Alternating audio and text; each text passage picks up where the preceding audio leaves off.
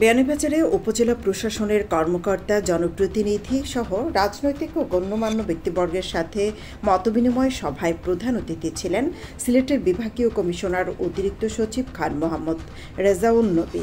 রবিবার বিকালে উপজেলা কনফারেন্স হলে এই সভার আয়োজন করা হয়। জুলাই আন্দোলনের সময় পেশাগত দায়িত্ব পালনরত অবস্থায় পুলিশের গুলিতে নিহত দৈনিক জালালাবাদের স্টাফ রিপোর্টার শহীদ এটিএম তোরাব স্মরণে তোরাব চত্বর উদ্বোধন করা হয়েছে। রবিবার পৌর শহরের উত্তর বাজারে বিভাগীয় কমিশনার খান মোহাম্মদ রেজাউন নবী এর উদ্বোধন করেন। সিলেটে চা দিতে দেরি হওয়ার ঘটনাকে কেন্দ্র করে ছুরিকাঘাতে খুনের ঘটনায় প্রধান আসামি আব্বাসকে গ্রেপ্তার করা হয়েছে। রবিবার বিকেলে নগরীর কাজীরবাজার এলাকায় অভিযান চালিয়ে তাকে গ্রেপ্তার করে সিলেট মহানগর পুলিশের কোতোয়ালি থানা পুলিশ। বাংলাদেশের উপর মৌসুমি বায়ু মোটামুটি সক্রিয়।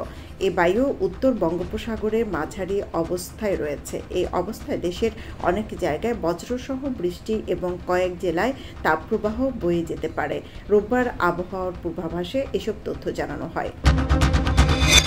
বড়লেখায় বাংলাদেশ সরকারি প্রাথমিক বিদ্যালয় শিক্ষক সমিতির বড়লেখা উপজেলা শাখার ত্রিবার্ষিক কাউন্সিল সম্পন্ন হয়েছে।